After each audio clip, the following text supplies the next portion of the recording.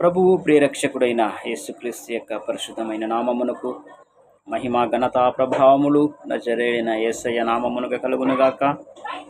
ఈ యొక్క మధ్యాహ్న సమయమందు ఒక దేవుని వాక్యమును మనము పంచుకుందాం. యెషయా 60వ అధ్యాయములో 1వ మాట,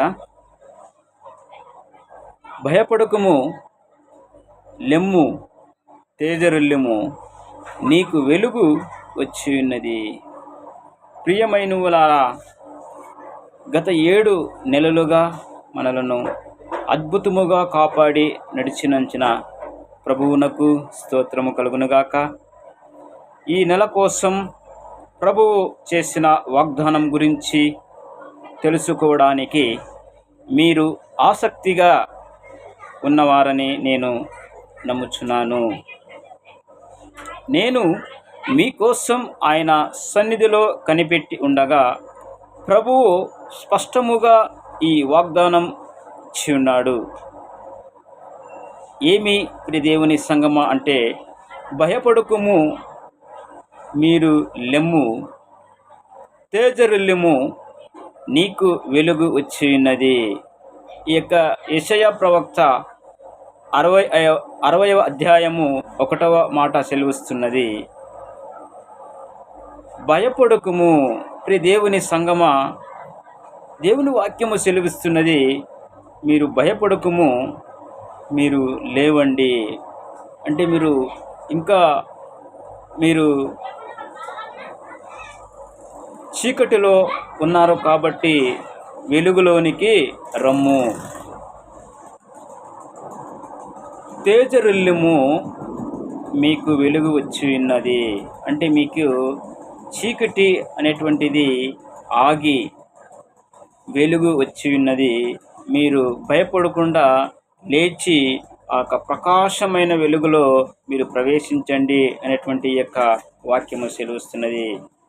ప్రియమైనవులారా, ప్రభువు ఇలా ప్రకటిస్తున్నాడు, నా కుమారుడా, నా కుమార్తె.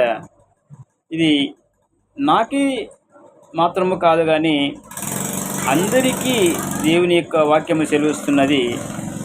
కుమారుడా, కుమార్తె, లెమ్ము, తేజరిల్లుము, నీకు వెలుగు వచ్చి ఉన్నది. ఇది ప్రభువు మీకు అనుగ్రహించి ఆశీర్వాదమైన వాగ్దానము. దీనిని మీరు ప్రభువు నుండి వచ్చిన ఆజ్ఞగా లేదా సలహాగా కూడా తీసుకోవచ్చు.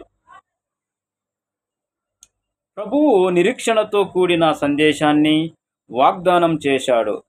నా కుమారుడా, నా కుమార్తె, నీకు వెలుగు వచ్చినది. నేను నీకు నా వెలుగును ఇచ్చాను.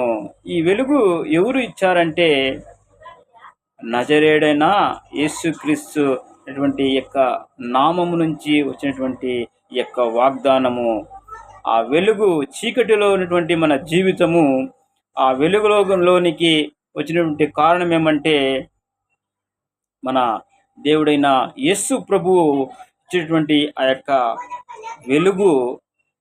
వెలుగును ఇచ్చాడు. మనము చీకటిలో ఉన్నాము, ఆ చీకటి ఆయనకి ఒప్పుకోలేదు. కాబట్టి మీరంతా నేను వెలుగులో ఉన్నాను కాబట్టి మీరు వెలుగులోకి రండి అని ఈ వాగ్దానము సెలవుస్తున్నది. మీరు దేవుని సంగమా, దీనితో పాటు ప్రభువు మనకు ఒక ఆజ్ఞ కూడా ఇచ్చాడు.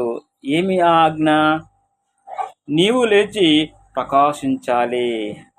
దేవుని సంగమా, దేవుని బిడలారా, నీవు లేచి ప్రకాశించుము. మీరు చీకటిలో ఉండదండి.